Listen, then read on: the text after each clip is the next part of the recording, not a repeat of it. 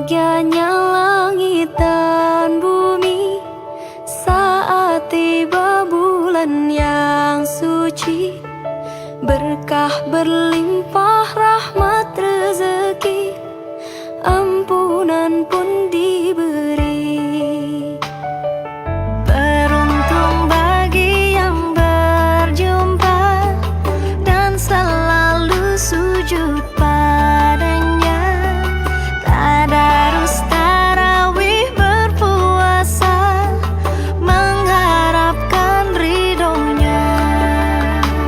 Marhaban ya Ramadan, ya Ramadan, marhaban syahr siyam ya Ramadan. Marhaban ya Ramadan, ya Ramadan, marhaban syahr siyam ya Ramadan.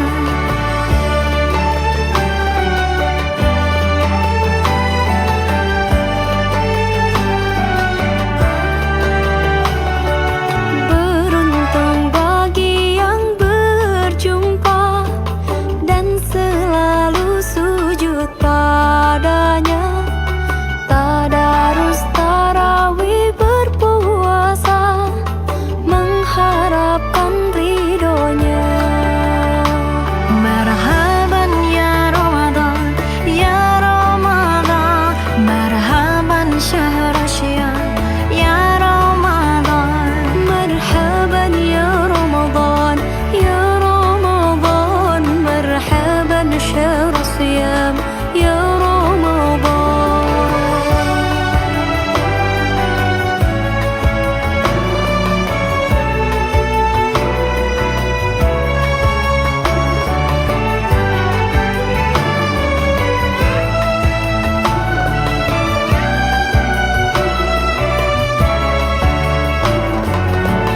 Satu malam yang penuh janji, malam seribu bulan. Kau turunkan malaikat ke bumi, berkah Ramadan yang suci. Marhaban ya Ramadan, ya Ramadan, marhaban syahr siyam ya Ramadan. Marhaban ya Ramadan, ya Ramadan, marhaban syahr siyam ya Ramadan. Ya Ramadan, ya Ramadan, marhaban syahr siyam ya Ramadan. Ya Ramadan, ya Ramadan, marhaban syahr siyam ya Ramadan. Ya Ramadan, ya Ramadan, marhaban syahr siyam ya Ramadan. Ya Ramadan, marhaban syahr siyam ya Ramadan.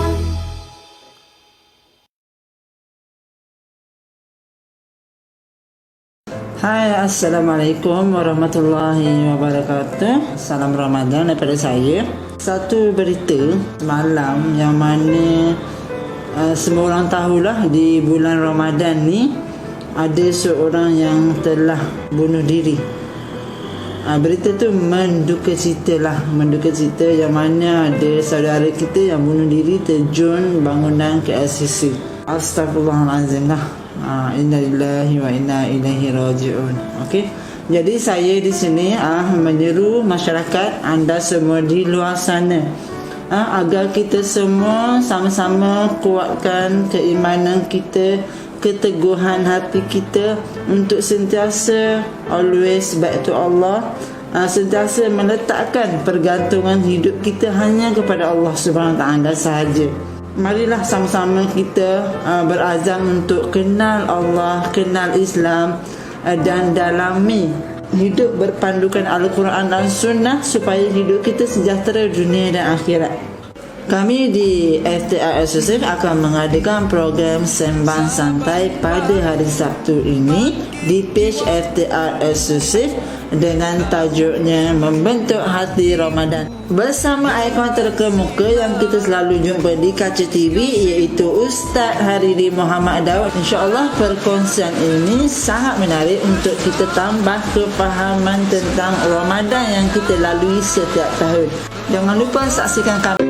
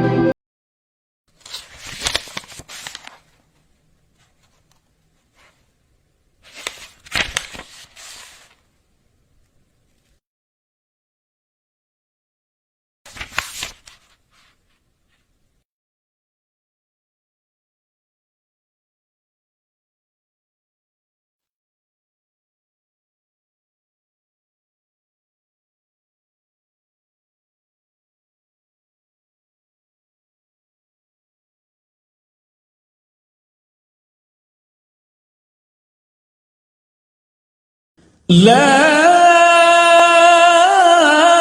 إله إلا الله والله أكبر الله أكبر ولله الحمد. Assalamualaikum semua. Okey, hari ni kita nak meeting untuk KPI 2021. Berapa target kita tahun ni? 20 juta kawan. Okey. So berapa target ejen kita? 100 sikit kawan. Okey. Target stok kita berapa? 30k tuan. Okey. Alhamdulillah selesai meeting kita. Semua terbaik. Good job.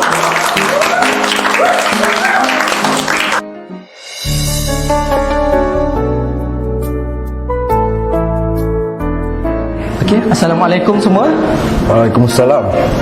Tuan boleh duduk dulu. Kita akan ke meeting yang seterusnya. Okey, boleh? Okey, next meeting kita mengenai KPI Ramadan 2021. KPI Ramadan. First, berapa rakaat tarawih kita sepanjang Ramadan ni? Yang kedua, berapa juzuk Al-Quran kita sepanjang Ramadan ni? Dan yang ketiga, berapa jumlah sedekah kita untuk Ramadan kali ini? Ada cadangan semua?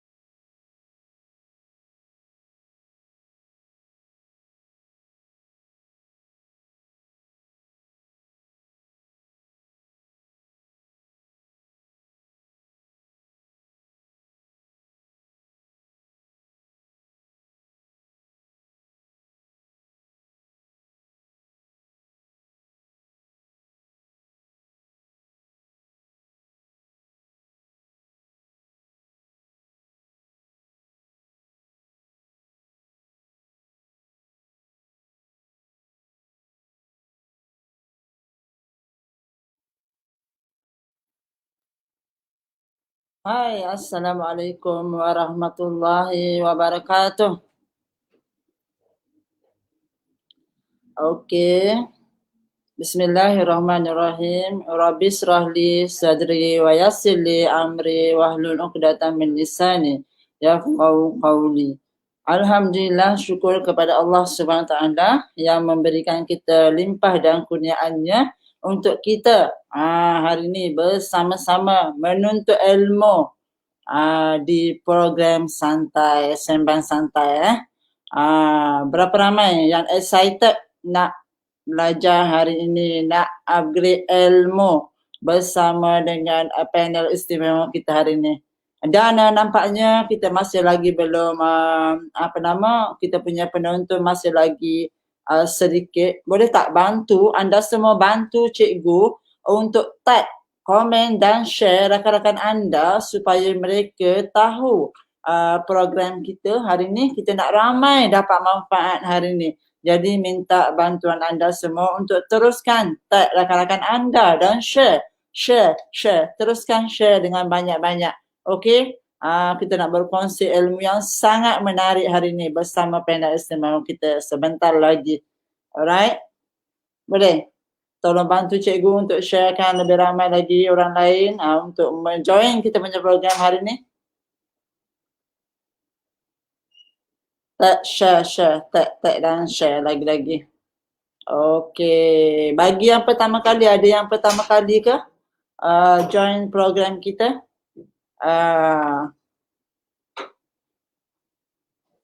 Okey, bantu cikgu untuk pakat share dan tag rakan-rakan anda.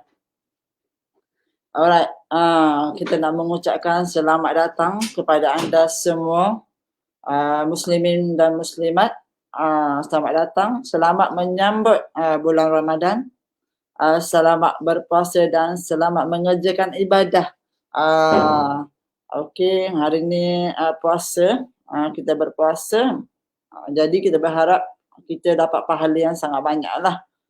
Salah satunya adalah dengan menuntut ilmu pada hari ni lah. Kita nak isi masa lapang kita di waktu berpuasa pada hari Sabtu ni. Kita nak kutip, kita nak dapatkan ilmu sebanyak-banyaknya. Okey. Alright, bantu cikgu untuk teruskan share, tag lagi ramai-ramai orang untuk join. Supaya apabila anda bantu share, anda bantu tag, anda bagi tahu, perkenalkan pada ramai orang kat luar sana, anda sebenarnya sedang bantu diorang dapat ilmu, anda dapat pahala juga. Nak bersedekah dengan cara share, bersedekah dengan cara komen, bersedekah dengan cara tag rakan-rakan anda, dapat pahala juga. Jadi minta bantuan, tolong bagi tahu ramai orang, bantu cikgu untuk ramaikan, kita nak meriahkan kita punya program sembang santai hari ini. Okey? Kita teruskan. Okey, bagi anda yang pertama kali yang belum kenal lagi, cikgu adalah merupakan penulis FTR, juga founder FTR Exclusive, iaitu buku FTR, selaku penganjur program hari ini. Okey? Kita nak anjurkan program ni untuk kongsikan dengan you all manfaat. Kita invite, kita jemput panel-panel yang bertauliah, yang sharekan ilmu yang luar biasa, untuk sama-sama kita upgrade ibadat kita upgrade ilmu kita upgrade hati kita untuk always turn back to Allah. Alright, okay. Hari ni sembang santai hari ni kita nak tujuannya adalah untuk membincangkan isu semasa dan berkongsi ilmu kepada masyarakat. Jadi tema kali ini hati Ramadan sempena menyambut kedatangan bulan Ramadan yang penuh kemuliaan ni. Jadi kita nak perkenalkan kepada anda panel jemputan istimewa kali ini, iaitu yang berbahagia, yang dihormati Ustaz Hariri Muhammad Daud. Okey, kita nak bacakan sedikitlah biodata Ustaz. Okey. Siapa yang belum kenal lagi Ustaz ni, okey, saya nak bacakan sedikit lah tentang panel istimewa kita ni, biodata Ustaz ni. Ustaz Hariri Muhammad Daud adalah pegawai JAKIM yang mendapat pendidikan di SMKA Tun Perak Melaka. Beliau dilahirkan di Pasir Mas, Kelantan. Kemudian beliau berjaya memperoleh diploma pengajian Islam Usuluddin daripada Kuzza. Seterusnya Ustaz Hariri memperoleh ijazah sarjana muda di Universiti Islam Malaysia USIM dalam bidang dakwah dan pengurusan Islam. Okey, Ustaz juga turut memiliki diploma pengurusan Islam DPI dari Institut Latihan Islam Malaysia. Ustaz juga, ini yang best ni. Ustaz pernah berkhidmat sebagai editor buku agama di salah sebuah syarikat penerbitan terkemuka dan pernah bekerja sebagai tenaga pengajar di USIM. Kini beliau berkhidmat sebagai pendakwah di salah sebuah institusi agama di Malaysia. Kalau anda nak tahu, Ustaz hari ini adalah Ustaz yang famous di TV. Kalau pernah tengok muka dia lah, kat mana, program apa? Okey, kita bacakan. Ustaz juga sangat aktif terlibat dalam program agama di televisyen, antaranya sebagai pengacara rancangan Fikrah TV1, Forum Perdana Hal Ehwal Islam di TV1, Tilawah Interaktif TV1, Majlis Tilawah Al-Quran Peringkat Antarabangsa, rancangan Assalamualaikum TV Al-Hijrah dan panel isu akidah di TV Al-Hijrah. Okey, selain itu, panel kita ni adalah merupakan penulis buku yang sudah menghasilkan banyak buku. Antara bukunya sebuah buku yang berjudul 303 Soal Jawab Fikrah Kematian terbitan PTS Milenial Sendirian Berhad. Hebat tak?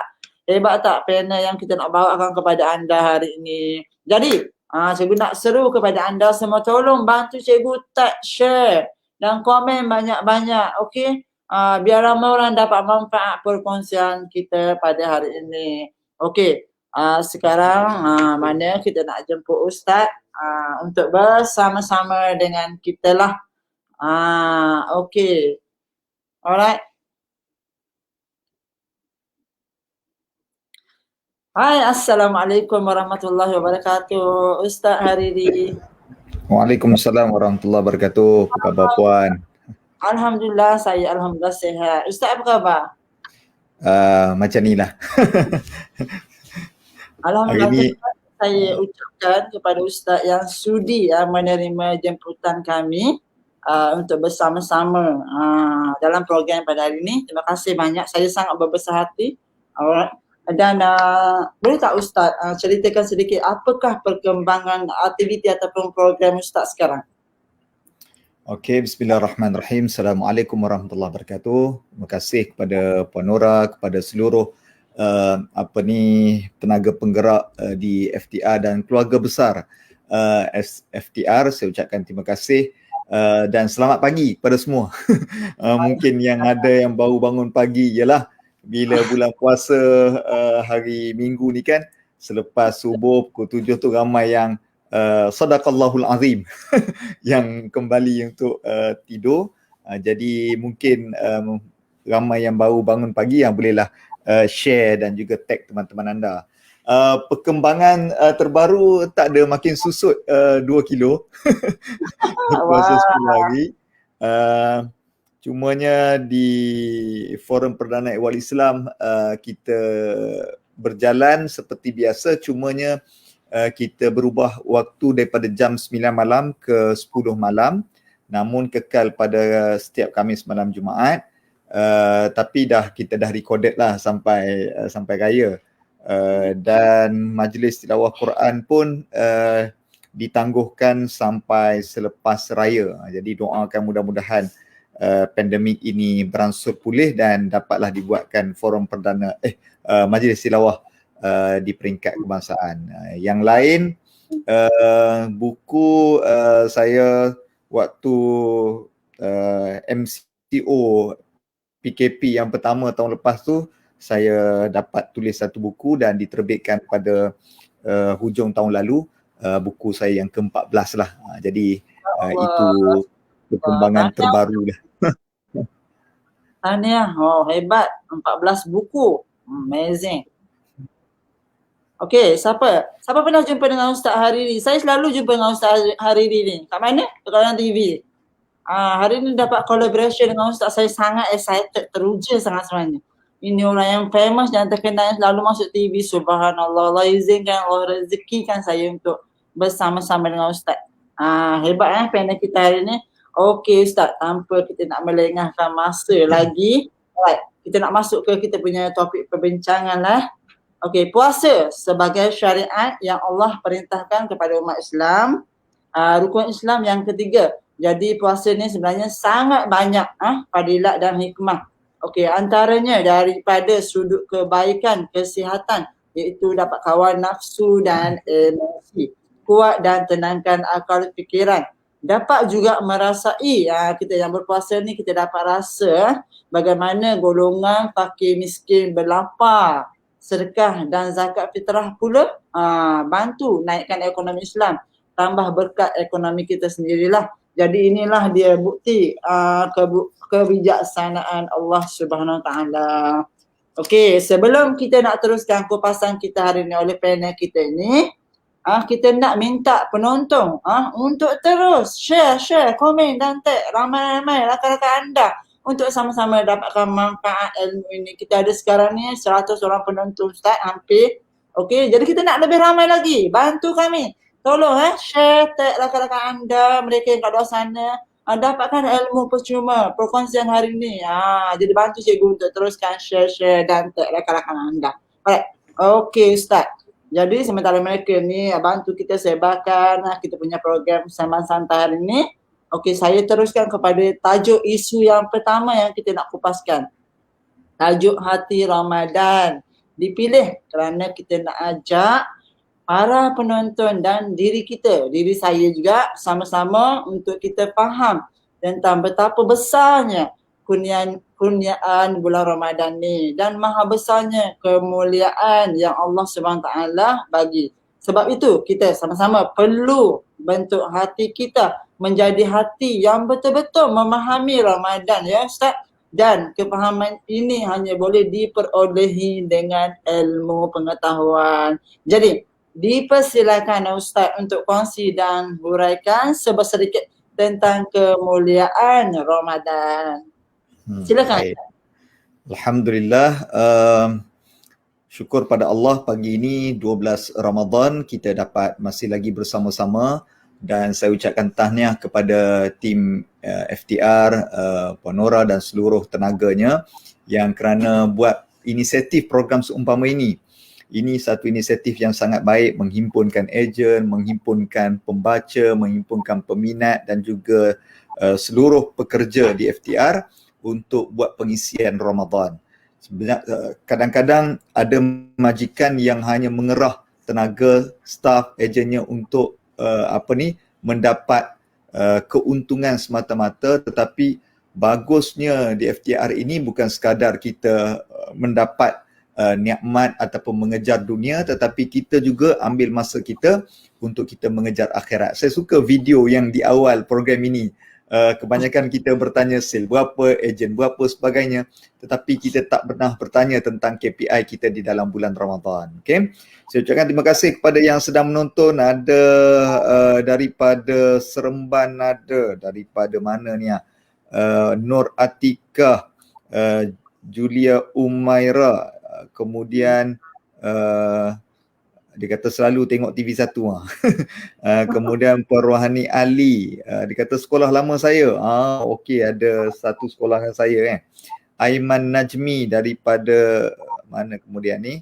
Kemudian dia kata ada jumpa ustaz dekat TV dan TikTok. Main TikTok, minta maaf, main baru belajar macam mana buka akaun TikTok. Kemudian daripada Penang, terima kasih banyak-banyak. Ada yang belum tidur, terima kasihlah. Dan tag mudah-mudahan lebih ramai lah. Baik, bila kita sebut tentang Ramadan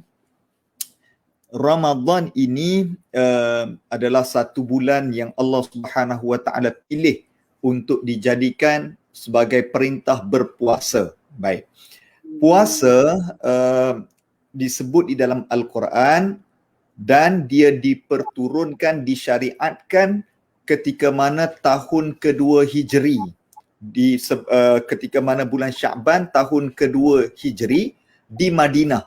Maknanya puasa ini diperintahkan di Madinah. Kenapa tidak dibuat di ketika mana Nabi berada di Mekah? Kan ketika itu umat Islam susah, dipulaukan, tidak cukup makanan, alang-alang tak cukup makanan, baik puasa saja. alang-alang dipulaukan pada penduduk Mekah tidak boleh makan kurang makanan, baik diperintahkan puasa. Puasa bukan tujuannya untuk susah, bukan ketika mana kita susah. Ada orang bila dia tak ada duit dia kata baik puasa je lah. Ada orang ketika mana dia sakit dia kata baik puasa je lah. Ada orang ketika mana dia rasa susah untuk turunkan berat badan, baik puasa je lah. Kerana puasa bukan tujuannya waktu susah. Puasa tujuannya ketika mana waktu senang. Ketika mana sihat, ketika mana boleh makan, ketika mana ada duit, tapi Tuhan tak bagi makan. Itu diperintahkan puasa. Puasa ketika mana kita senang. Ketika mana umat Islam selesa, selamat, ada duit di Madinah, Allah Ta'ala uji dengan puasa. Sebab itu puasa ini tujuannya adalah untuk menguji keselesaan kita. Baik. Kemudian sepanjang hidup Nabi, Nabi sempat berpuasa 9 tahun. Daripada perintah berpuasa sampai Nabi wafat, Nabi sempat berpuasa 9 tahun. 8 tahun Nabi puasa sebanyak 29 hari, 1 tahun Nabi berpuasa sebanyak 30 hari. Baik, bayangkan tuan-tuan sekalian, Nabi sempat puasa 9 kali. Kalau kita nak fikir, Nabi berjumpa malam Lailatul Qadar 9 kali. Nabi bertadarus Quran dengan Jibril 9 kali. Kita lebih daripada 9 kali puasa. Kalau kira daripada balik, daripada umur kita contoh katakanlah 12 tahun sampai umur kita sekarang ini, berapa tahun lebih daripada 9? Berbelah-belah tahun dah kita puasa. Maknanya kita lebih banyak peluang berpuasa. Oleh kerana itu kita kena bersyukur dan kita dapat manfaatnya. Kemudian di dalam bulan puasa ini, Masya Allah, macam-macam fadilat yang Allah berikan. Sehingga kan Nabi kata, kalaulah umatku ini tahu betapa banyaknya fadilat Ramadan, mereka nak setiap bulan jadi Ramadan. Contoh, di dalam bulan Ramadan ini, Allah Ta'ala memberi kepada kita awaluhu rahmah, depannya rahmat, pertengahannya maghfirah, hujungnya adalah terlepas daripada api neraka.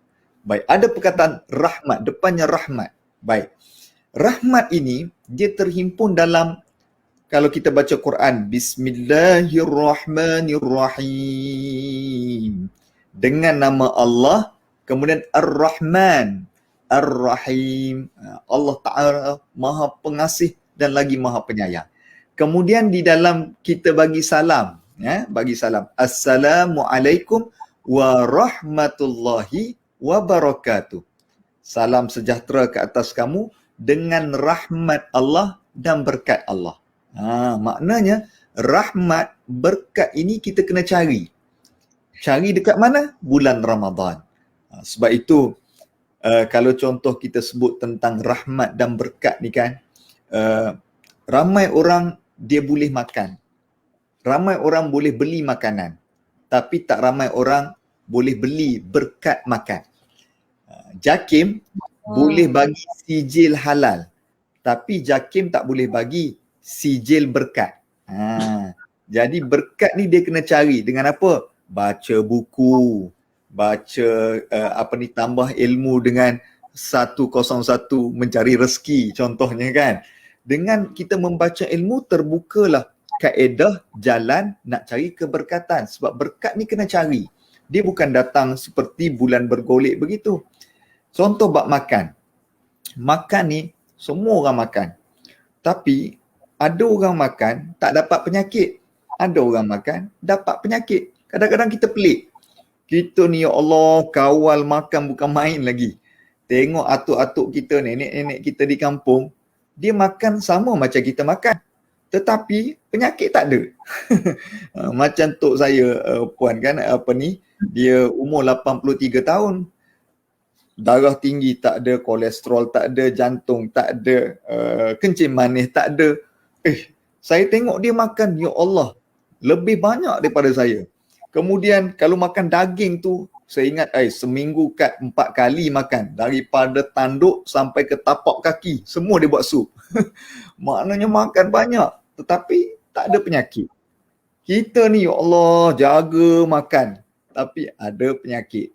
Kemudian ada orang jaga makan lagi, exercise bukan main lagi, tiba-tiba dapat penyakit. Kadang-kadang kita heran juga. Ada satu makhluk ni dia hari-hari melompat. Skipping hari-hari. Nama dia Arnab. Tapi Arnab jangka hayat dia 9 tahun je. Umur tak panjang, 9 tahun je. Ada satu makhluk lagi lari tak berhenti. Jogging ni hari-hari. Nama dia kuda.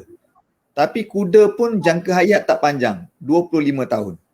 Ada satu makhluk lagi jogging malah, melompat pun malah, jalan 2-3 langkah rehat. Jalan 2-3 langkah rehat, tidur je banyak. Nama dia kura-kura. Tapi tuan-tuan tahu kura-kura hayat dia berapa? 150 tahun. Ambil. Panjang.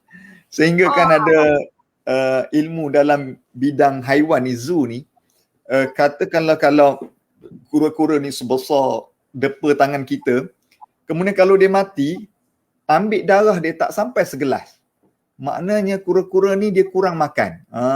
Kurang makan. Sebab tu dia jangka hayat dia panjang. Sebab itu ada beza makan dan juga mengketa darah. Jadi berkaitan makan terlebih ni dikaitkan dengan darah. Begitu juga dengan perkahwinan. Jabatan agama boleh bagi sijil kahwin, tapi jabatan agama tak boleh bagi sijil berkat perkahwinan. Sebab berkat dia kena cari ilmu, kena kawan dengan orang baik-baik. Sebab ramai hari ni perkahwinan paginya menikah, petangnya bertingkah. Paginya menikah, petangnya berbalah. Paginya berkompang-kompang, petangnya berlempang-lempang.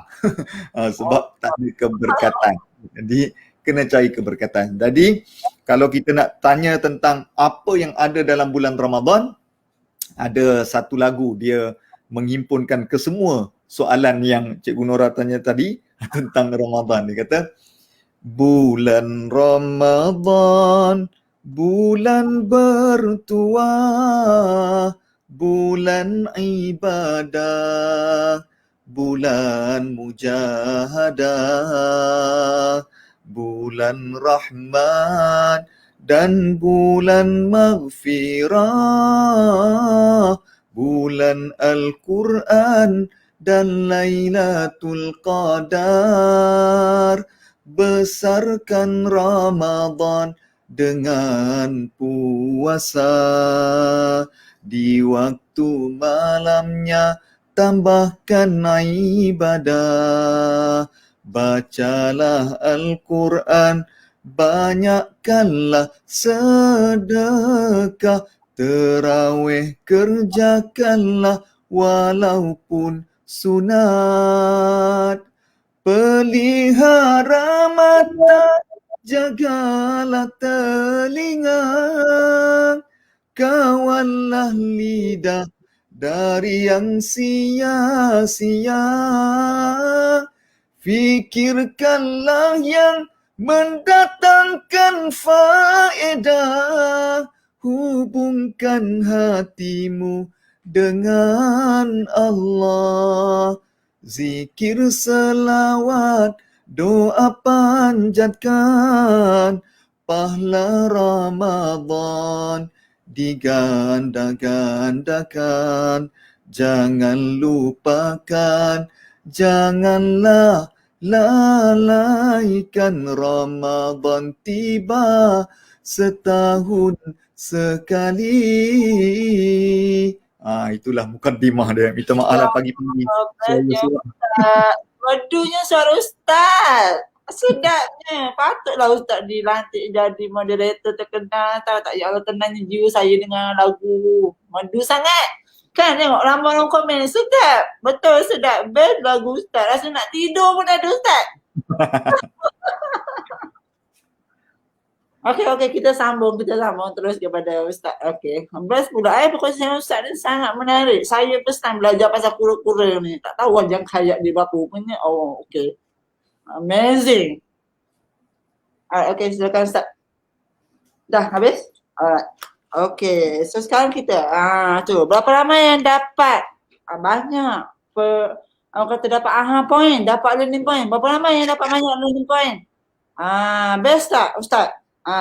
Bukan semata-mata Ustaz best nyanyi je tau. Anda dapat tak apa yang Ustaz cakap tadi? Ilmu. Ilmu tentang fadilat Ramadan tadi tu. Rahmat, berkat yang perlu kita kena cari. Okey. So Ustaz, kita akan teruskan kepada kita punya soalan yang kedua lah. Kita nak minta penonton kita ni tulis berapa? 3 poin apa yang anda belajar tadi. Supaya kita tak sempat lupa. Jadi tulis apa yang anda belajar. 3 poin at least. Anda komen dekat ruang komen tu tulis. Quote lah ada kita punya pembaca yang baru masuk tak tahu. Anda boleh tulis. Okay. Alright. So kita akan teruskan dengan soalan yang kedua. Sebelum tu saya guna anda semua tolong tag dan share. Teruskan tag, share, panggil lagi rakan-rakan anda. Kita sekarang ada 125 mata. Alhamdulillah ramai yang dapat ilmu hari ni. Kita nak lebih ramai lagi. Jadi saya guna anda teruskan share dan tagkan lagi rakan-rakan anda. Perkongsian hari ni sangat menarik. Sangat best kan? Diiringi dengan muzik latar daripada ustaz kita tadi. Alright, okay, soalan yang kedua. Kita nak fokus kepada masyarakat tu Ustaz. Kita dah tahu besarnya ganjaran bulan Ramadan ni. Namun duka citanya terlalu ramai individu dan kumpulan di luar sana yang langsung tak peduli. Mereka tak puasa, mereka tak solat, mereka tak bayar zakat, mereka tak tutup aurat dan sebagainya lah, banyak lagi. Dan mereka ni ialah orang Islam Ustaz. Okey, golongan pelajar sekolah menengah pun terlalu ramai yang tak puasa. Kerana ibu bapa diorang pun tak berpuasa dan tak cakna. Guru juga sudah tak mampu nak kawal dah pelajar-pelajar ni. Masyarakat di luar sana juga saban tahun ada yang kena tangkap. Bahkan mereka tak kisah makan kat kedai orang yang bukan Islam Ustaz. Ada juga yang berusia 50 tahun ke atas pun masih lagi lalai dalam mengerjakan kewajipan berpuasa. Jadi masyarakat hari ni masih ramai yang tak ada kesedaran dan kefahaman tentang Islam dan tentang puasa khususnya. Daripada sudut pandang dan pengalaman Ustaz, boleh Ustaz kongsikan perlunya masyarakat untuk terus saling mengingatkan, teruskan usaha dakwah agar masyarakat sekeliling sedar dan faham pentingnya patuh kepada syariat dan perintah Allah termasuklah ibadah puasa sekarang. Dipersilakan. Baik. Bila kita sebut tentang puasa, solat, dia adalah rukun Islam. Saya ingat semua orang tahulah belajar waktu sekolah agama kecil-kecil dulu, adalah rukun Islam. Bila kita sebut rukun Islam, maka dia adalah tiang kepada Islam. Kalau kita tidak buat semua rukun-rukun, maknanya runtuhlah agama, tidak sempurnalah. Dia rukun Islam ni dia tidak boleh buat satu tinggal satu. Contohnya dia ambil semayang, dia tak puasa. Dia puasa, dia tak semayang. Dia semayang, puasa, tak bayar zakat. Dia semayang, puasa, zakat, dia ada duit tapi dia tak pergi menunaikan haji. Maka dia tak sempurna, runtuh agama tersebut. Maka dia mesti buat kelima-lima rukun tadi. Maka oleh kerana itu kita sebagai orang Islam, mengaku diri kita Islam, maka kita kena syahadah, kita kena solat, kita kena puasa, kita kena bayar zakat, sama ada zakat fitrah, zakat perniagaan, zakat simpanan, zakat emas dan sebagainya, dan kemudian kita menunaikan haji bagi mereka yang mampu, yang ada duit, yang tak sakit, yang ada kemampuan, maka lengkaplah kesempurnaan dia sebagai orang Islam.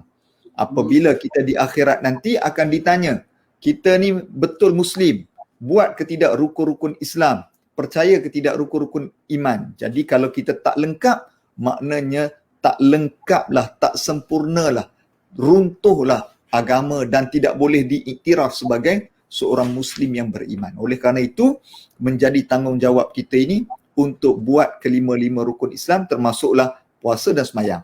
Kadang-kadang ada orang, dia puasa tapi dia tak semayang. Mana tak lengkap lah. ataupun dia semayang tapi dia ye dia tak puasa, maknanya tak lengkap juga. So dia tak boleh. Kerana puasa ini satu ibadah yang tak boleh nak ditunjuk-tunjuk. Contoh kalau semayang boleh tunjuk. Katakanlah kita dibuatkan majlis berbuka puasa di pejabat kita dan yang hadir adalah pengarah di dalam bahagian kita. Maka kita pun semangat, jadi semayang pun saf depan. Nak tunjukkan kita ni semayang. Angkat takbir pun lain macam. Allahu Akbar. Oh, nampak bersungguh sangat. Kemudian baca pun nampak macam khusyuk sangat. Semayang ni boleh ditunjuk-tunjuk.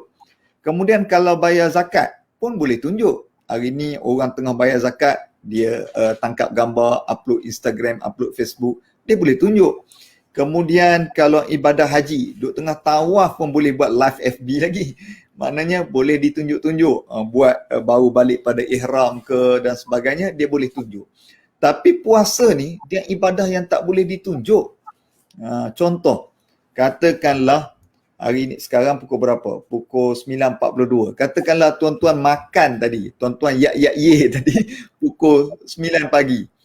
Kemudian tuan-tuan buat lembik 9.30, buat macam tak larat saja. Mana ada orang tahu tuan-tuan tak puasa? Sebab puasa ni dia tak boleh nak ditunjuk. Dia hanya diri kita dengan Allah Subhanahu Wa Taala. Kemudian puasa ini dia mengajar kita jadi erti jujur kepada diri kita sendiri. Contoh, katakanlah hari ini berbuka puasa 7.21. Kalau saya nak tanya semua penonton yang tengok kita hari ini, siapa berani buka puasa 7.20? Tak ada orang berani. Walaupun dia duduk bersendirian, dia duduk seorang-seorang dalam rumah, tak ada orang pun, dia boleh je ambil makanan 7.20. Tapi kenapa tak ambil? Contoh dia bekerja di Putrajaya, rumah dia di Sungai Buloh. Kemudian traffic jam. Dia waktu berbuka dan nak masuk, tinted 100% gelap. Dia boleh saja makan. Tapi kenapa dia tak makan? Dia pun bukalah, tengok jam, dah 7.21 ni. Tengok handset 7.21, tapi dia takut lagi nak makan. Dia buka radio. Sebelum ni dengar radio lain. Kerana nak tahu buka puasa, dengar radio IKIM. Dia dengar apa benda kan. Macam tu juga duduk dalam rumah. Bila duduk dekat rumah nak buka puasa, kemudian dia bagi tahu isteri, dia kata, dah masuk ke waktu berbuka? Isteri dia kata, tak tahulah, belum pasti. Dia pun arahkan anak dia pergi buka TV. TV apa? TV 1, TV lain dia tak nak dengar azan. Dia yakin TV 1 je kan. Baru dia yakin TV kerajaan. Waktu dengar berita dia tak yakin. Kenapa? Kenapa kita sangat berhati-hati? Kerana kita tak nak gadaikan puasa kita daripada pagi dan kita tahu Allah tengah tengok kita. Walaupun tak ada orang, kita tahu bahawa kita sedang berpuasa dan Allah Ta'ala tengok kita. Jadi kalau seumpama itu kita berhati-hati ketika mana berpuasa, kenapa tidak di luar puasa? Kalau kita cukup jujur kepada diri kita di waktu berpuasa, kenapa tidak dalam pekerjaan kita? Kalau kita begitu jujur kepada diri kita dalam berpuasa, kenapa tidak di dalam keluarga kita? Sebab puasa dia ajar kita jujur, tak berbohong. Sebab harga diri, kalau Cik Nora sebutkan tadi, semua masalah-masalah yang disebutkan tadi, masalah dunia kita sekarang hari ini, kerana kita ni tak jujur dan juga kita kuat berbohong. Sebab pepatah Melayu ada sebutkan, siakap senohong, gelama ikan duri, banyak berbohong, lama-lama jadi bukan jadi misteri. jadi kita rugi. Hidup kita akan rugi. Kita ni tak ke mana kalau kita kuat berbohong. Sebab itu Nabi kita, dia terkenal dengan satu sifat namanya Al-Amin. Menyebabkan dia ni disukai kerana dia jujur, kerana dia tak berbohong. Sebab itu harga diri sebagai seorang manusia kerana dia tak bohong. Contoh, sebagai seorang suami, apa benda yang dia nak dalam hidup dia? Isteri percaya dia. Yang tu paling dia seronok. Contoh hari Minggu dia nak pergi mancing. Dia bagi tahu isteri dia, abang ada kuliah duha hari ni. Kemudian isteri dia percaya. Isteri dia percaya. Wah, itu yang paling dia seronok apabila dia dipercayai. Ini nak pergi mancing, isteri tak bagi. Walaupun berah kita beli. Tapi tak boleh kerana isteri dia tak percaya. Yang paling nak sebagai seorang suami saya, apabila isteri percaya saya. Yang tu saya seronok sekali. Isteri, apa benda yang dia nak dalam hidup dia? Dia nak suami percaya dia. Itu yang paling dia seronok. Bila masuk 25 hari bulan dapat gaji, suami dia bagi, nah ambil RM1,000, ini untuk belanja rumah. Dia pun tak sampai setengah bulan, dah habis dah. Kemudian isteri dia barang, duit RM1,000 dah habis. Abang dia kata, kan hari tu baru bagi, takkan dah habis dah? Yelah, bayar sekolah begini, kemudian barang dapur sebagainya lah. Kemudian akhir suami dia percaya dan tambah lagi RM1,000. Padahal bukan bayar sekolah sangat, tapi online banyak, beli yang ni, beli yang ni. Tapi suami dia percaya. Itu yang paling dia seronok. Anak-anak, apa yang paling dia seronok? Apabila mak ayah dia percaya dia. Sebagai seorang peniaga, sebagai businessman, apa benda yang paling kita seronok? Apabila customer percaya kita. Itu yang paling kita seronok. Sebab itu dalam perniagaan, nombor satu nak berjaya, jangan berbohong. Apabila kita jujur, jenama kita ini diiktiraf. Contoh macam Panadol lah tuan-tuan sekalian. Panadol ni, tuan-tuan marilah jenama lain. Tak nak, rasa macam makan Panadol terus baik. Kalau makan Eufamol, tak rasa macam baik. Walaupun sedangkan dia dengan benda yang sama, paracetamol. Tapi kerana Panadol tu dipercayai. Macam juga dengan ubat nyamuk, Fumakila. Kita rasa kalau beli Fumakila tu, nyamuk tak datang. Tapi kalau pakai jenama lain, nyamuk datang. Kerana apa? Jenama Fumakila tu dipercayai. Jadi macam mana tim FTR ni adalah mesti dipercayai. Mesti jujur dalam perniagaan, tidak berbohong. Begitu juga dalam bidang penceramahan macam saya ni. Bidang bercakap, bidang ceramah ni. Apa benda yang saya nak? Adalah audien, penganjur percaya saya. Itu yang paling saya nak. Katakanlah tuan-tuan kenal dengan seorang penceramah. Seorang penceramah ni dia kahwin, bergaduh, cerai, kemudian dia kahwin nombor dua pula dekat Siam, tak ikut peraturan, kahwin anak entah ke mana, bercerai pula. Kemudian tuan-tuan panggil untuk dia ceramah tajuk tips membina keluarga bahagia. Agak-agak nak dengar tak ceramah tu? Tak nak dengar lah. Sebab apa? Dia ni membohong. Jadi kena jujur. Ada satu cerita, ada satu novel saya baca, tajuk dia Ayah. Novel ni ditulis oleh Irfan Hamka, anak kepada Hamka. Satu hari Irfan ni dia duduk dalam rumah, duduk dalam bilik, duduk tengah lepak-lepak dalam bilik, ayah dia masuk. Kemudian ayah dia kata, Irfan, dah solat ke? Jadi Irfan ni dia belum solat, tapi dia nak mengaku dia belum solat, dia takut ayah dia marah. Jadi dia jawab, budah ayah. Bercampur di antara perkataan belum dan juga sudah. Jadi budah. Tapi dia tak perasan dia sebut budah, dia ingat dia sebut sudah. Tapi ayah dia ni tengok, dia ni nak membohong ni. Maka ayah dia kata, Irfan, pergi solat, habis solat, jumpa ayah kat dalam bilik. Maka Irfan ni pun semayang, habis semayang dia jumpa ayah dia dalam bilik. Dia rasa, aduh, kena marah dah ni. Kemudian ayah dia kata, Irfan, ayah nak minta tolong picit kaki. Ayah lenguh kaki. Oh, Irfan kata lega. Jadi dia picit. Lepas dia picit tu, kemudian ayah dia kata, Irfan, nak tak kalau ayah bagi Irfan nasihat? Maka Irfan kata, boleh ayah. Kalau kita nak jadi pembohong, kata ayah dia, mesti ada 3 ciri. Ciri yang pertama, muka kita kena confident, dia kata. Ciri yang kedua, kita mesti kuasai isu tersebut, A to Z, Z to A. Dan yang ketiga, kalau kita orang tanya macam mana sekalipun, kita boleh jawab. Dan ayah tengok Irfan tak ada bakat jadi pembohong. Jadi tak payahlah Irfan berbohong, lebih baik cakap jujur dengan ayah. Apa maksud dia? Kantoi. Kadang-kadang kita salah meletakkan hukuman kepada anak-anak kita.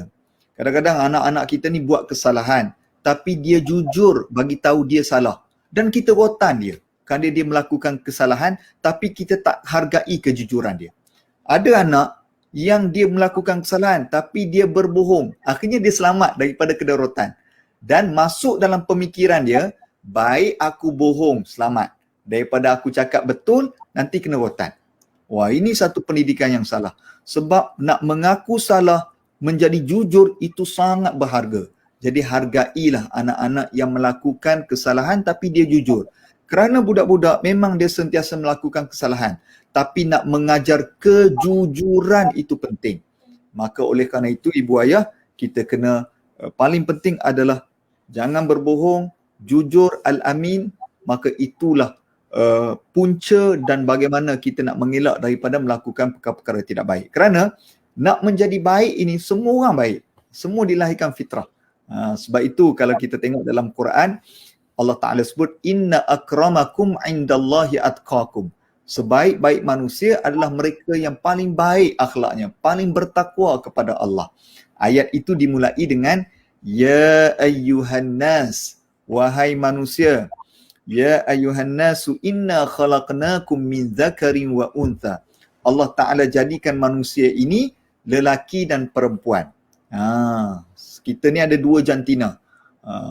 Orang perempuan. Saya tengok di peringkat komen ni ramai orang perempuan. Orang perempuan memang bagus. Dia suka dengar ilmu. Kalau saya forum perdana di seluruh Malaysia, termasuk Sabah, Sarawak, Singapura, penuh depan kami tu orang perempuan. Orang lelaki dia relax, kan. Kemudian orang perempuan kalau dia dengar ceramah macam sekarang lah.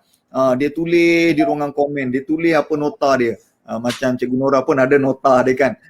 Semua orang dengar kuliah orang perempuan ni dia ada nota. Orang lelaki kita standard. Satu Malaysia sama. Kita relax. Kita semua hafal.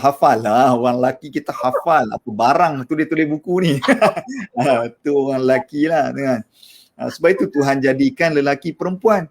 Tapi hari ni orang perempuan kena hargai jadi perempuan. Tahu sebab apa? Sebab ramai orang lelaki nak jadi perempuan sekarang. Jadi kena bersyukur jadi perempuan. Jadi bersyukur jadi perempuan. Orang lelaki pun nak jadi perempuan sekarang ni, kan. Baik. Kemudian Allah Ta'ala sebut waja'alnakum syu'uba. Daripada lelaki perempuan tadi Allah pecahkan dia melalui keturunan lain-lain, bangsa lain-lain. Ada bangsa Cina, bangsa India. Kemudian bangsa Melayu. Melayu pun pecah lagi. Ada Melayu Jawa, ada Melayu Bugis, Melayu Kedah, Melayu Penang, Melayu Kelantan. Lidah yang sama tapi bila cakap berbeza. Kalau di Malaysia ni menarik juga. Di Malaysia ni orang Melayu kita ni dia macam-macam lorak dia ada. Kalau nak tengok bangsa ataupun negeri yang cakap sangat laju. Itu geng-geng sebelah utara. Penang, Kedah, Perlis. Oh dia cakap laju dia cakap. Kalau apa ni buah kelapa, orang Kedah dia panggil buah nyok. Kemudian pergi Penang dia nyok. Perlis satu saat je nyok. Lagi laju tuan sekalian. Di Penang dia cakap laju tapi dia tarik-tarik sikit. Contoh dia kata, aku nak pergi Bagan dengan siapa kawan, makan ikan. Tu orang Bagan Penang cakap. Tapi paling laju lagi di sebelah utara ni adalah orang Baling Kedah. Orang Baling Kedah laju dia bercakap. Dia kata, temanmu tak tu deh. Tu orang Baling. Ada kawan saya, dia orang Bangi, kahwin dengan orang Baling. Hari pertama kahwin, mak mertua dia kata, Mat, pilah menyorok dekat dapur. Jadi dia ni fikir, apa benda menyorok ni? Nak tanya banyak tak berani. Menantu hari pertama, akhirnya dia pun pergilah kat dapur. Kat mana nak menyorok ni? Dia duduk ujung dapur senyap je. Akhirnya setengah jam mak mertua ni pergi tengok. Kenapa Mat? Hang duduk di sana? Dah mak suruh menyorok. Rupanya sorok-sorok ni bahasa Baling adalah sarapan pagi, breakfast. Dia panggil sorok. Laju sikit menyorok. Macam Johor lah ngeteh. Laju sikit mengeteh. Macam tu.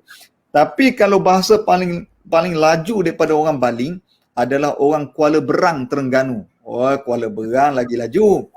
Saya pernah duduk di Penang 10 tahun, duduk di Kedah 5 tahun, duduk di Terengganu saya duduk 3 tahun. Ayah saya kerja custom jadi bertukar-tukar. Kalau di Terengganu, Kuala Berang, lagi laju. Dia kata, awang, muak menda, aku duk seorang duk makan ikan, duk tengok helikopter liwu-liwu. Kata menda pula aku duk faham sekarang ni. Rekod walk. Tu bahasa dia lah. Dia kata, awang, kamu duk buat apa? Aku duk seorang-seorang, duk tengok ikan, duk makan ikan, duk tengok helikopter liwu-liwu. Helikopter ni, orang Kuala Berang panggil helikopter. Dia panggil helikopter.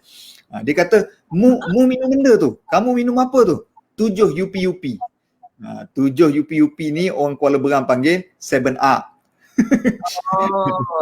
7 UP. Tapi yang paling canggih lagi bercakap dalam Malaysia ni adalah orang Kelantan. Orang Kelantan dia cakap banyak sound effect, kesan bunyi banyak, cerita biasa je. Bunyi dia banyak. Dia kata, baru ni aku nak pergi Jabak. Aku kelih ada motor dengan kereta belakang, gedegang bunyi dia. Mari pula lah ambulans Nino. Orang duk tepi tu klipah kelih. Atas motor gedebuk jatuh. Kipas angin biuk kereta api gedek. Dia banyak sound effect. Cerita biasa je. Itu sebab Allah Ta'ala jadikan kita ni berbeza-beza. Ramai yang gelak dalam apa ni chatting room ni. Dalam komen ni pakat gelak semua ni kan. Sabar, tenang. Baik. Akhirnya Allah kata li ta'arafu, berkenal-kenalan, dan inna akramakum indallahi atqakum. Sebaik-baik kita ni adalah orang paling bertakwa. Jadi jadilah kita ini orang yang paling baik, orang paling bertakwa dengan kita mendirikan rukun Islam, dan jadilah sunnah Nabi Al-Amin, jangan berbohong. Wallahu a'lam. Alhamdulillah Ustaz, terima kasih banyak. Kita semua gelak-gelak juga tapi belajar juga. Dapat poin tak daripada Ustaz punya yang penerangan kupasan yang kedua tadi? Sangat best, betul tak? Cikgu sendiri pun belajar banyak benda daripada Ustaz tadi. Yang pertama sekali adalah kejujuran. Puasa mendidik kita jadi jujur. Yang kedua, percaya. Percaya sangat penting. Daripada jujur, terbitnya kepercayaan. Bila orang jujur, kita mudah percaya. Daripada cerita Ustaz tadi juga, cerita yang best, iaitu cerita tentang Irfan. Bagaimana kita nak mendidik anak-anak tu meraihkan kejujuran supaya mindset diorang ni tak takut bila nak jujur. Itu sangat penting. Itu poin yang sangat penting lah. Alright. Okey Ustaz, terima kasih banyak. Kita akan teruskan kepada isu yang ketiga, iaitu masih lagi tentang masyarakat juga. Kita harapkan supaya kita sama-sama buka hati dan akal kita bahawa umat ini ialah umat akhir zaman Ustaz.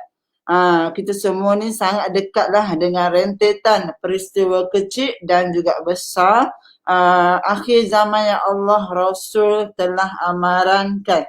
COVID ni pun mungkin sebahagian daripada tanda kecil yang dah berlaku.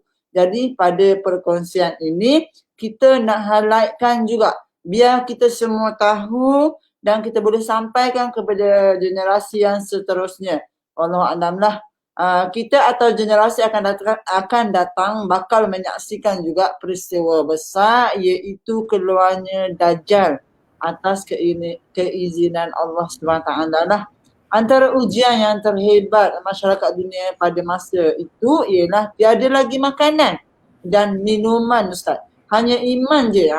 Iman je yang boleh jadi benteng kita supaya kita tak terpedaya ikut Dajjal dan menjadi kafir. Na'udzubillahi min dzalik. Okey Ustaz, untuk kupasan lebih mendalam tentang soalan ni, isu ini, boleh tak Ustaz share tentang hakikat kita di akhir zaman ni dan perlunya kita bina tembok iman dalam diri kita supaya kita bersedia untuk hadapi ujian-ujian besar yang akan datang nanti. Dipersilakan. Baik. Bila kita sebut tentang akhir zaman, tentu sekalilah bahawa kita ini adalah umat akhir zaman daripada Nabi terakhir. Sehingga kan Nabi sebut dalam hadis bahawa dia menunjukkan 2 jari. Bahawa jarak di antara dunia dan kiamat adalah sangat dekat. Sekarang saya tak tahulah, mungkin dah sampai silang begini dan sebagainya. Tapi bahawa kita ini umat akhir zaman dan sudah sampai dunia kita ini sudah tua, sudah sampai ke penghujungnya. Namun Allah Subhanahu Wa Taala bagi petanda, dipanggil sebagai petanda kecil dan petanda besar. Baik, petanda-petanda kecil dah banyak berlaku dalam hadis berkaitan dengan peristiwa akhir zaman ini, menunjukkan petanda-petanda kecil. Antaranya ibu melahirkan tuannya.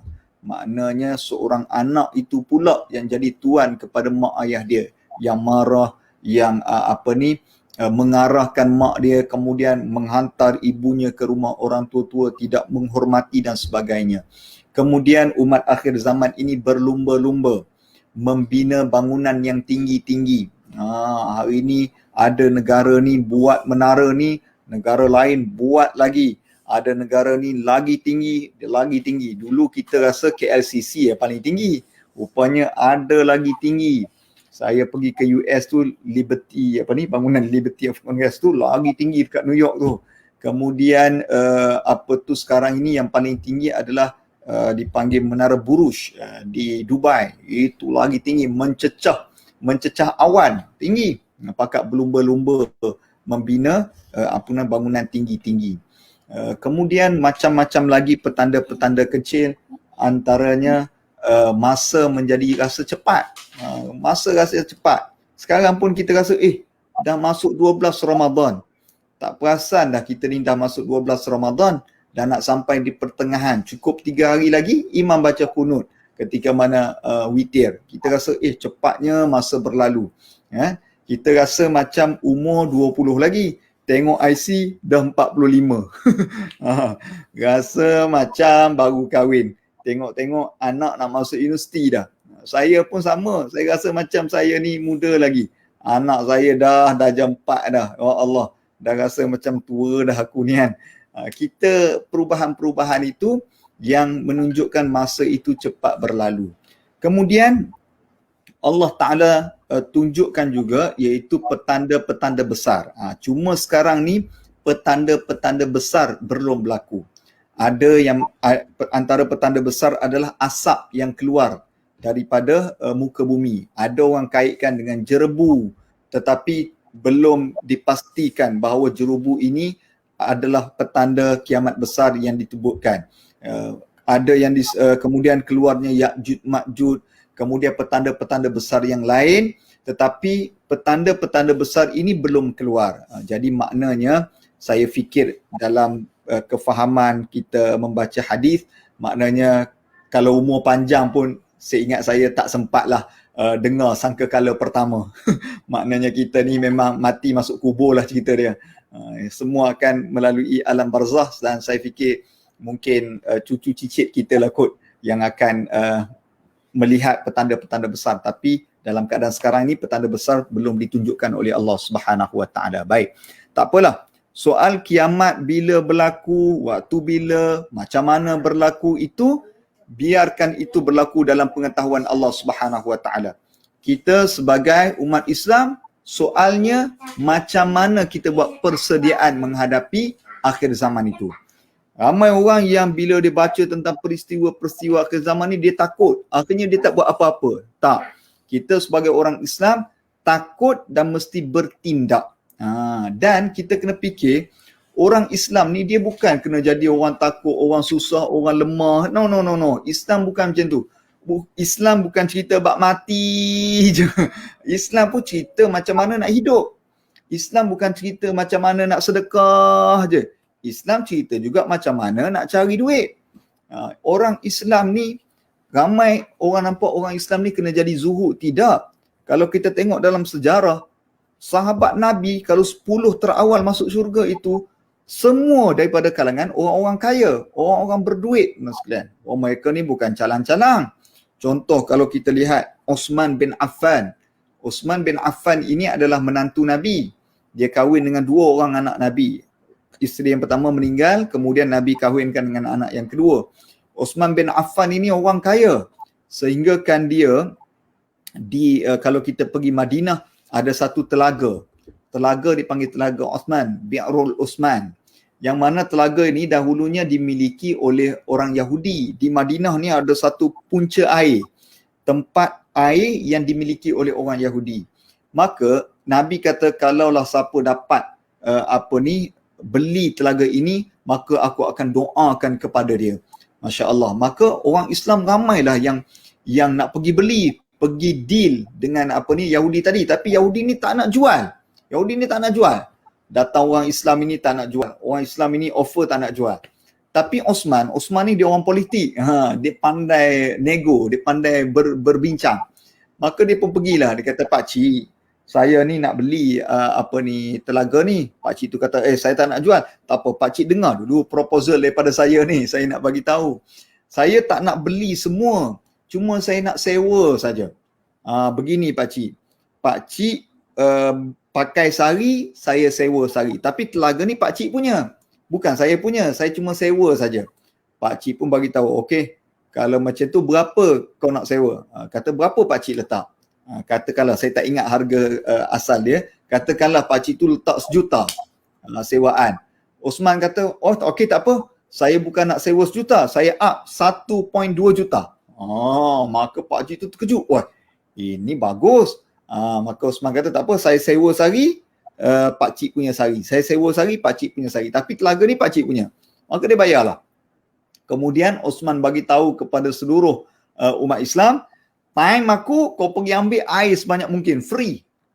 Ambil sampai banyak sekalipun banyak, buat simpanan. Esok time hari orang Yahudi, jangan pergi beli." Kemudian, bila terjadi macam tu, Pak Cik tu jadi stres lah. Bila hari dia tak ada orang beli. Bila hari Osman ramai orang beli. Akhirnya Osman pergi, "Pak Cik, kenapa nampak macam susah sangat ni?" Dia kata, "Time aku punya tak ada orang beli ni."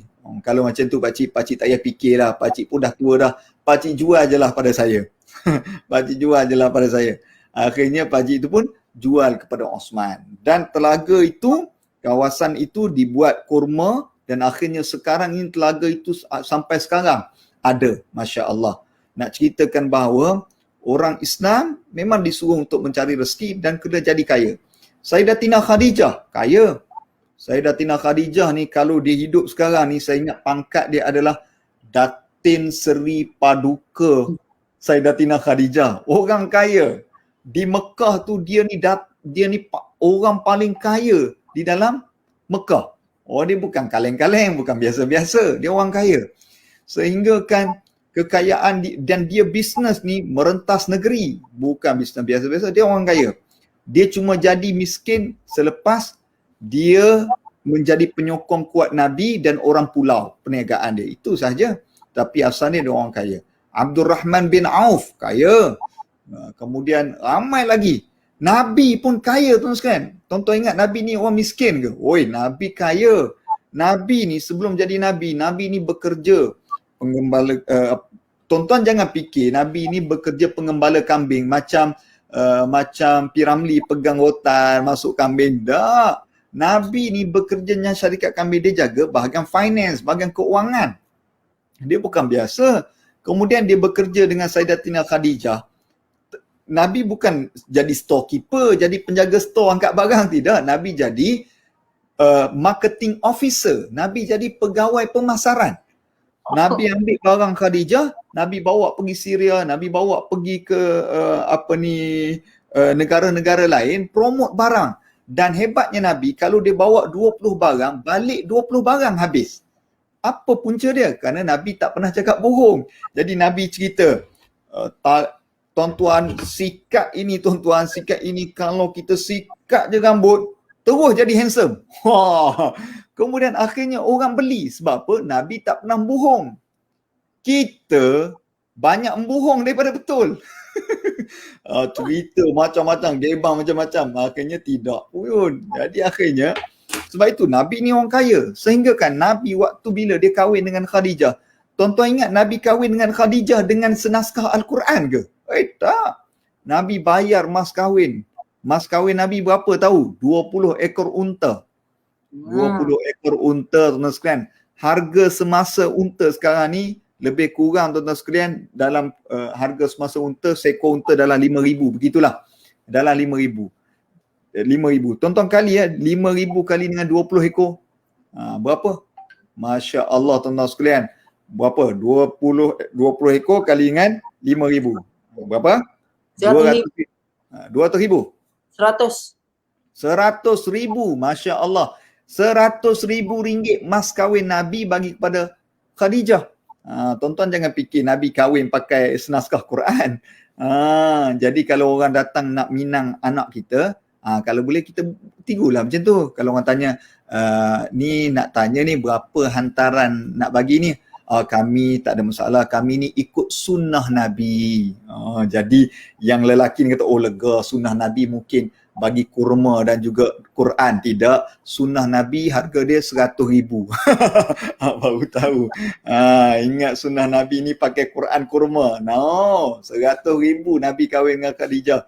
Masya Allah, Nabi ni orang kaya. Jadi kita ni disuruh untuk mencari kekayaan, disuruh untuk bekerja, disuruh untuk cari rezeki. Baik.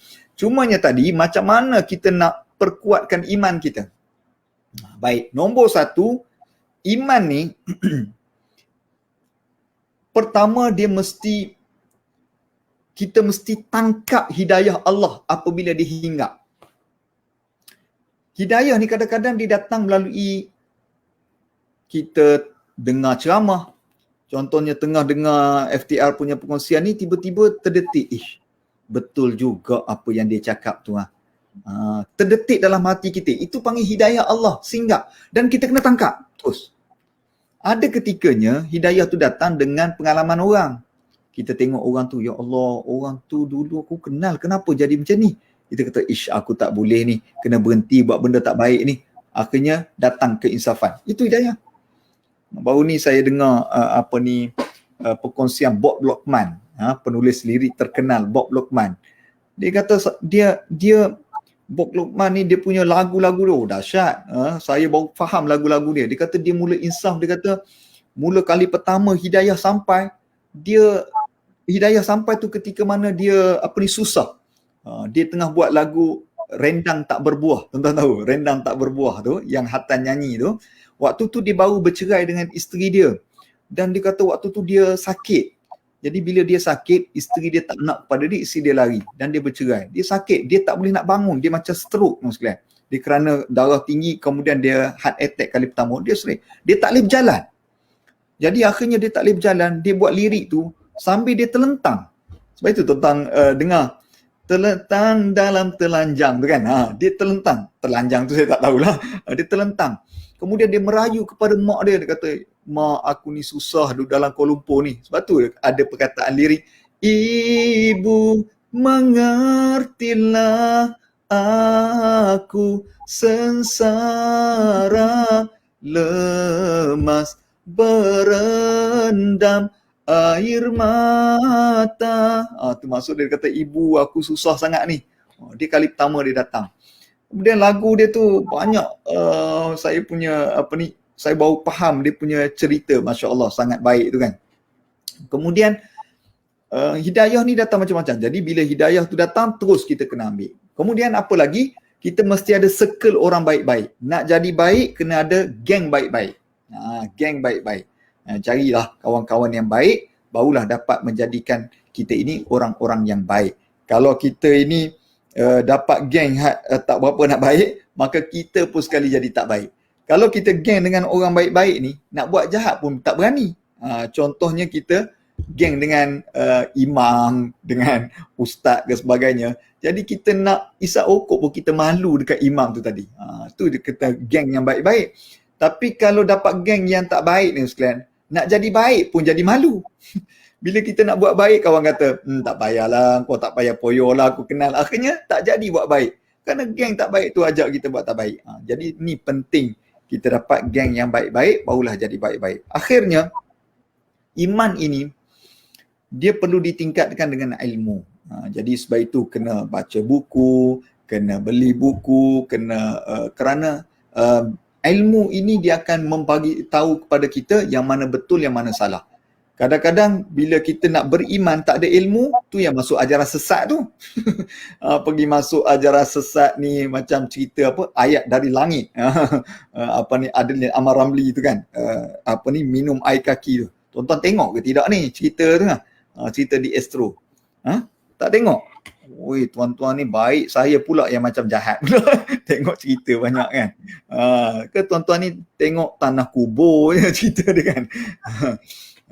Kalau tak ada ilmu, nak beriman tak ada ilmu, akhirnya jadi ajaran sesat lah. Banyak ajaran-ajaran sesat macam saya kerja di JAKIM ni, macam-macam yang kita jumpa. Kenapa? Tak ada ilmu. Dengar saja orang tu cakap bahawa dia ada benda mukjizat pelik-pelik, akhirnya kita jadi ikut ajaran sesat sebab tak ada ilmu. Jadi sebab kena cari ilmu yang betul. Bila kita dapat ilmu, maka kita akan dapat iman yang betul. Sebab itu ada Raihan dia ada sebut kan, dia kata iman adalah mutiara di dalam hati manusia yang meyakini Allah Maha Esa, Maha Kuasa. Tanpamu iman bagaimanalah merasa diri hamba padanya. Tanpamu iman bagaimanalah menjadi hamba Allah yang bertakwa. Iman tak dapat diwarisi dari seorang ayah yang bertakwa. Ia tak dapat dijual beli. Ia tiada di tepian pantai. Wah, tu tinggi sangat kira. Saya tutup je lah, tak jangan. Wah, Ustaz, boleh ganti kumpulan Raihan, Ustaz. Sedap sangat suara Ustaz. Kumpulan hairan. Kumpulan Raihan. Subhanallah, Masya Allah, tabarakallah. Saya belajar banyak benda, Ustaz. Serius, saya belajar banyak benda, terutamanya tentang orang kaya yang masuk syurga tadi, Ustaz. Saya tertarik sedikit topik tu. Nak tanya, Ustaz. Sebab Rasulullah perjalanan Isra Mi'raj tengok tengok syurga. Yang syurga ni sebenarnya dipenuhi orang miskin, Ustaz. Dan benda tu membawakan mindset dekat kita punya masyarakat ni, nak masuk syurga ni kena jadi orang miskin, Ustaz. Jadi diorang ni takut nak jadi orang kaya. Saya sendiri pun macam kadang-kadang mana satu ni, nak jadi orang kaya ke nak jadi orang miskin. Tapi dia tengok sebenarnya Islam adalah kaya. Even Allah tu sendiri pun memang maha kaya kan. Jadi ramai orang yang takut jadi kaya ni, Ustaz. Macam mana nak ubah mindset ni dengan tadi tu. Kata syurga dipenuhi orang miskin. Sedangkan syurga juga adalah orang kaya pun masuk syurga yang 10 orang yang Ustaz sebut tadi. Macam mana kita nak ubah benda ni, Ustaz? Lari topik sikit. Baik. Dia sadang bila kita sebab itu kita perlunya menuntut ilmu. Bila kita menuntut ilmu, maka kita tahu sebab kebanyakan kita belajar ilmu akhlak. Jadi bila ilmu akhlak memanglah ilmu berkaitan dengan hati, berkaitan dengan diri, maka kita akan berjumpalah dengan sifat zuhud, sifat jangan riak, sifat jangan kedekut, sifat jangan sombong, sifat bakhil. Maka sifat-sifat itu nak mengajar kita jangan kita jadi seperti itu. Tapi kebanyakan kita tak bercakap tentang lawan kepada sifat itu. Kalau kedekut, lawannya pemurah. Kalau kita ini bakhil, lawannya kita jadi dermawan. Kerana kalau kita tengok, memang orang-orang yang disebutkan dalam hadis bahawa ramainya orang-orang itu kerana sifat-sifat tadi. Tapi ramai orang yang masuk kerana hartanya. Contoh, saya nak bagi contoh. Kalau tadi saya sebut tentang orang-orang sahabat Nabi, ni rakyat Malaysia, orang Malaysia. Namanya Ahmad Dauji Dadaboy. Bukan Bobo Boy, Dadaboy. Ahmad Dauji Bobo Boy ni dia keturunan India Muslim lah. Baik. Dia ni dia orang kaya, dia berniaga kapet. Orang India Muslim dulu-dulu dia berniaga kapet. Jadi dia kaya lah. Dia ada aset banyak di Kuala Lumpur ini. Kemudian tapi dia ni orang biasa-biasa saja, tapi dia kaya. Satu hari dia pergi ke Majlis Agama Islam Wilayah Persekutuan. dia pergi, jadi orang nampak dia pakai baju biasa saja kan. Kita ni kaya tak tara mana, tapi gaya tu lebih. Jadi sebenarnya orang yang kaya raya ni dia relax je kan. Kemudian dia pergi ke majlis agama. Majlis agama kata, cik kalau nak terima zakat kaunter sana, sini kaunter wakaf. Dia kata tak, saya nak wakaf. Oh, cik nak wakaf ke apa? Saya nak wakaf ada satu tanah di Kuala Lumpur, saya nak wakaf di Jalan Ipoh itu. Tanah tu kurang lebih ada seekar lebih lah. Jadi saya nak wakafkan. Jadi majlis agama pun ambil dia punya wakaf tadi, tanah tadi, bangunkan dengan tabung haji. Dan dia meninggal awal 80-an orang ini. Dan tabung haji dan juga majlis agama kerjasama bangunkan tanah ini. Sekarang ini tanah itu di Jalan Ipoh Kuala Lumpur didirikan Menara Bank Islam.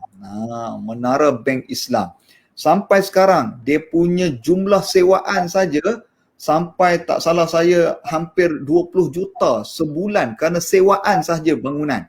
Tuan-tuan bayangkan orangnya sudah meninggal 1980-an lagi, tapi dia punya pahala dia sampai sekarang tak habis. Sebab itu dipanggil sedekahul jariah. Sedekah jariah ni apa maknanya? Mengalir. Macam kita sungai, kita letak batu macam mana sekalipun, air tu tetap mengalir. Begitulah sedekah. Walaupun kita mati, tetapi amalan kita hidup.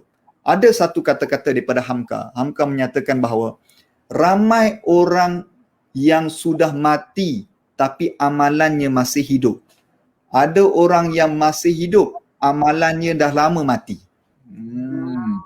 Ada orang dia sudah mati lama dah tapi amalan dia hidup. Kenapa? Sedekah dia. Nak sedekah kena ada duit. Tuan-tuan tahu Datuk Dr. Harun Din yang meninggal jantung di US. Sebelum dia nak meninggal tuan sekalian, dia bina hampir dekat 50 buah masjid. Sebab dia faham hadis, Nabi kata siapa yang mendirikan masjid atas dunia, Allah Ta'ala akan dirikan rumah mahligai di dalam syurga. Jadi dia faham hadis ni sungguh-sungguh, maka dia cari duit dan dia bina masjid. Dan sebelum dia nak pergi operation di US tu, dia telah derma hampir 500,000 untuk didirikan masjid dan akhirnya dia meninggal dunia. Nak dapat dirikan masjid, kena ada duit. Kalau kita ni jadi sedih je sebagainya, susah je, macam mana kita nak masuk syurga? Macam mana kita nak dapat mahligai kalau kita tak duit? Cumanya nak cari duit, mesti jalan yang betul. Cuma kalau kita tengok, Nabi, ada dalam satu hadis, Nabi kutuk orang-orang susah. Nabi kata, jangan orang yang an yakuna kufra. Maknanya orang yang fakir miskin ni dia jadi kufur. Dia jadi kufur. Kebanyakan kalau NGO Islam kita pergi bagi sumbangan kepada rumah orang-orang miskin. Kadang-kadang kita tengok tak semayang. Dah lah miskin kemudian duduk meminta-minta. Itu dilarang dalam agama. Sehingga Nabi sangat marah. Nabi dalam hidup dia, Nabi pernah cium tangan 3 orang. 3 orang je. Nabi ni semua orang cium tangan dia. Nabi tak pernah cium tangan orang. Orang akan pergi salam Nabi dan cium tangan Nabi. Tapi dalam hidup Nabi, Nabi pernah cium tangan 3 orang. Pertama namanya Muaz. Muaz ni, Nabi salam dia, Nabi rasa tangan dia kasar. Tangan dia bergerutu. Nabi kata, wahai Muaz, kenapa tangan kamu ni bergerutu? Maka jawab Muaz, minta maaf ya Rasulullah, aku ni kerja. Aku kerja banyak. Pagi aku kerja macam ni, malam aku kerja macam ni sebab nak tampung keluarga. Kerja kuat lah. Maka Nabi pun cium tangan dia. Nabi kata, aku doakan kamu masuk syurga. Tangan ini tak dibakar api neraka kerana kamu ni sangat kuat bekerja. Kemudian antaranya Nabi pernah cium tangan Fatimah Az-Zahra, anak dia. Selalunya anak cium tangan ayah. Tapi Nabi apabila dia tengok Fatimah, Nabi cium tangan Fatimah. Nabi kalau dia tengah duduk, Fatimah lalu, Nabi berdiri memuliakan Fatimah. Sebab Fatimah ni kerja kuat. Suami dia Saidina Ali sibuk, jadi dia bekerja kuat. Dia masak, dia mengemah rumah, cari duit sebagainya. Dia kerja kuat. Dan Nabi kata Fatimah ni akan masuk syurga Allah kerana dia ni kerja kuat. Jadi kita ni kena bekerja dan bahawa cuma kita ni mesti ada pagar iman kita. Iaitu nak bekerja jangan tinggal solat. Nak cari duit macam mana sekalipun, sedekah. Kerana tuan-tuan nak kaya, syarat dia kena sedekah. Kalau tuan-tuan tak sedekah, tuan-tuan takkan kaya sampai bila-bila. Tak percaya, tuan-tuan interview semua orang kaya. Tuan-tuan cari 10 orang kaya, tuan-tuan tanya dia, "Tuan, macam mana tuan boleh jadi kaya?" "Saya dulu berniaga kecil-kecil sahaja. Kemudian saya ada duit sikit, saya bagi mak saya bagi adik-beradik saya yang susah, saya sedekah sikit kepada mak tafiq mak yatim. Alhamdulillah, Allah murah rezeki sampailah tahap sekarang." Itu skrip orang kaya. Tuan-tuan pergi interview orang susah. Pergi interview gelandangan dekat Kuala Lumpur. "Tuan, macam mana boleh tuan duduk bawah jambatan jadi orang susah ni?" "Oh, dulu saya kaya tapi banyak sangat sedekah, tu jadi miskin." Skrip ni tak jumpa. Skrip ni tak jumpa. Kita tak jumpa orang susah kata, dulu saya kaya gila, banyak sedekah, bagi mak ayah, bagi mak tafi, bagi anak yatim. Habis duit. Tak ada. Skrip ni tak jumpa. Skrip orang kaya, dulu saya berniaga kecil-kecil, tapi Tuhan murah rezeki, saya bantu sikit, saya bagi mak ayah saya sikit. Akhirnya, Tuhan murah rezeki kita. Syarat nak jadi kaya, kena sedekah. Kalau tuan-tuan tak sedekah, tak kaya. Saya jumpa ramai orang, hatta ahli keluarga saya pun ada yang berniaga. Kalau kita tengok dia banyak sedekah, memang Tuhan akan murah rezeki dia. Itu syarat dia. Tengok, Tuhan gandingkan. Jadi oleh kerana itulah bahawa tidak ada mana-mana hadis yang memuji-muji orang-orang susah. Tak ada. Tidak ada mana-mana hadis yang memuji-muji kefakiran. Tak ada. Semuanya suruh kita bekerja, suruh kita mencari dan suruh bersedekah. Cumanya Tuhan jadikan ada orang senang, ada orang susah ni kenapa? Saling membantu. Tuhan boleh jadikan kita semua jadi kaya, boleh? Bayangkan semua orang kaya. Contohlah, semua hari ni dapat 1 juta. Kita pun bangun pagi nak pergi kerja. Pergi-pergi, dapat 1 juta ni, seronok lagi kerja. Pergi-pergi nak beli nasi lemak dekat makcik tu. Mana makcik ni? Selalu berniaga, hari ni tak berniaga. Buat apa dia nak berniaga? Semalam dia pun dapat 1 juta. Kemudian kita pun pergi nak isi minyak dekat Petronas. Tengok, bangla hak isi minyak pun tak ada. Mana bangla ni? Kita pun tanya, mana bangla isi minyak ni? Saya nak isi minyak, saya ada 1 juta ni. "Cik, minta maaf lah. Dia dah balik Bangladesh dah. Sebab semalam dia pun dapat 1 juta. Dia 1 juta. Kalau semua orang kaya, huru-hara dunia ni. Sebab itu Tuhan jadikan ada orang kaya, ada orang miskin. Sebab ada orang yang terpaksa bangun jam 4 pagi.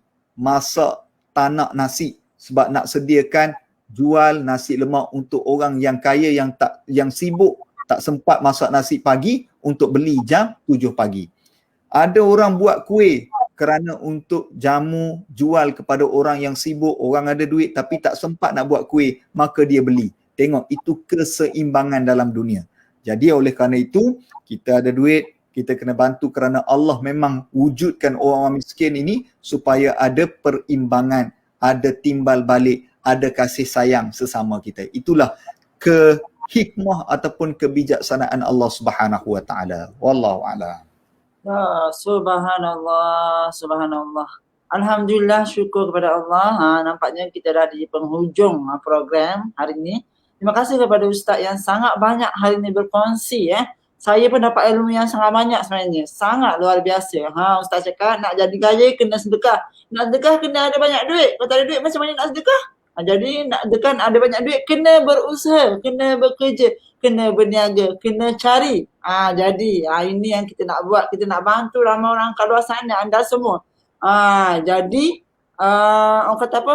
Ada pendapatan, ada income, biar dapat sedekah, dapat bantu orang lain yang miskin macam saya cakap tadi. Jadi kami di FTR menyediakan peluang platform jana income, berniaga sambil berdakwah untuk anda di luar sana yang berminat nak jana income, nak jana income sambil nak jana pahala, boleh dapatkan, boleh daftar dengan kita di usahawanftr.com. Percuma sahaja. Kita bantu, kita bagi peluang kepada anda untuk jana income, jadi kaya, bersedekah, bantu orang miskin. Okey. Terima kasih atas perkongsian Ustaz. Semoga bermanfaatlah untuk kita semua. Terus tingkatkan ilmu dan amal dengan apa yang kita belajar ini. InsyaAllah kita sama-sama menuju keredaan Allah Subhanahu Wa Taala. Itulah yang paling penting. Alright. Sebelum saya nak tutupkan program kita ini, saya ada sedikit pengumuman tentang FTR. Yang sekarang ni kita sedang buat promosi buku FTR eksklusif, promosi Mubarak Sales. Yang tak ada banyak lagi dah, tinggal lagi 199 pieces sahaja yang anda boleh dapatkan di mana, dengan ejen-ejen kita ataupun di www.ftrexclusive.com. Untuk dapatkan, untuk upgrade rezeki, untuk upgrade ilmu, untuk upgrade syukur, untuk upgrade hati anda, untuk belajar lebih lagi dengan kita. FTR adalah solusi terbaik untuk bantu anda selesaikan masalah rezeki anda. Okey, jadi jangan lupa dapatkan. Alright.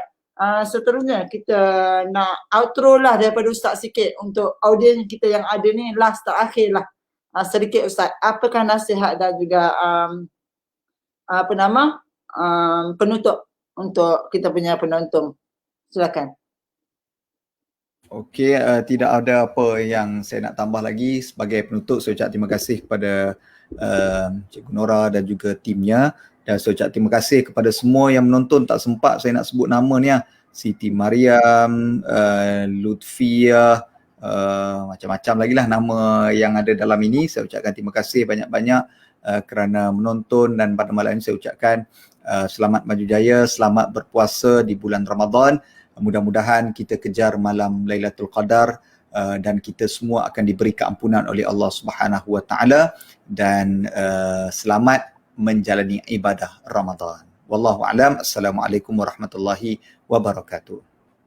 Okey, itu juga daripada kami. Sekian, wabillahi taufiq wal hidayah. Wassalamualaikum warahmatullahi wabarakatuh.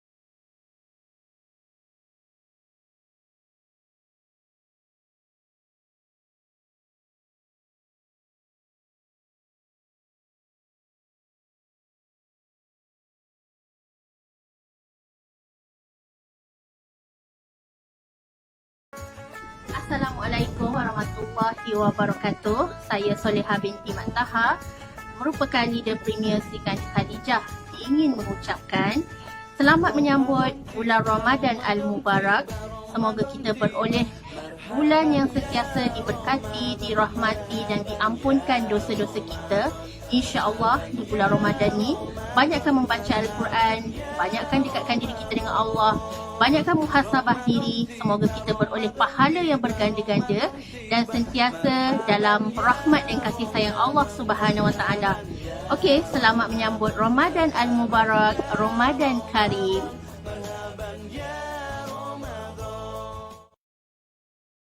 Assalamualaikum warahmatullahi wabarakatuh. Saya Anis Zamani, leader FTR Selangor. So Anis nak ucapkan selamat menyambut Ramadan Al-Mubarak. Dan Anis doakan semoga tahun ni kita mendapat 1000 kerahmatan, keinsafan untuk semua umat Islam dekat mana saja anda berada. Dan jaga SOP, okay, supaya kita dapat terhindar diri kita daripada penyakit COVID-19. Kita kena hapuskan COVID-19. Kita ikhtiar sebaik mungkin dan berdoa kepada Allah Subhanahu Wa Taala. Walaupun tahun ni kita tak dapat nak raya raya kan, kerajaan kata tak boleh rentas negeri, tapi kita sentiasa kekalkan silaturahim kita dan kita jangan putus doa untuk orang yang kita sayang, untuk mak ayah kita, dan semoga selepas raya nanti kita dah boleh rentas negeri, kita boleh raya. Okey, kita jadikan raya kita selepas raya. Dan isi masa kita sepanjang PKP ni, kita tak boleh nak keluar sangat ni dengan ilmu. Dan of course lah, ilmu yang terbaik adalah ilmu yang bermanfaat macam FTR. Okay, so ikhlas daripada Anis. Assalamualaikum warahmatullahi wabarakatuh. Salam Ramadan. Assalamualaikum warahmatullahi taala wabarakatuh. Saya Munirah binti Syahri, merupakan leader FTR di Pahang. Ini mengucapkan selamat menyambut Ramadan Al-Mubarak 1442 Hijrah. Semoga Ramadan kali ini menambahkan lagi keimanan kita, ketakwaan kita serta membawa lebih banyak rahmat Allah terhadap diri kita, insya-Allah. Jadikan Ramadan kali ini sebagai push factor kita untuk menjadi lebih baik. Dan yang paling penting, kita sama-sama untuk jaga SOP. Kita jaga Allah, Allah jaga kita, insya-Allah. Assalamualaikum.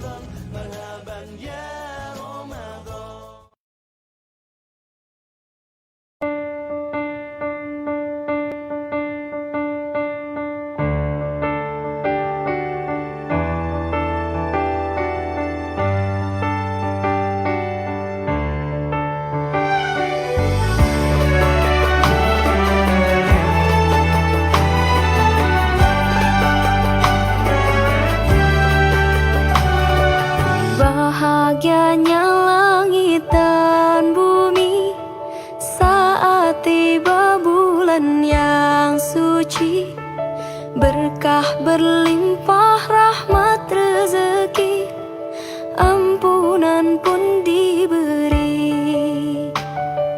Beruntung bagi yang berjumpa dan selalu sujud padanya. Tadarus tarawih berpuasa, mengharapkan ridhonya. Marhaban ya Ramadan, ya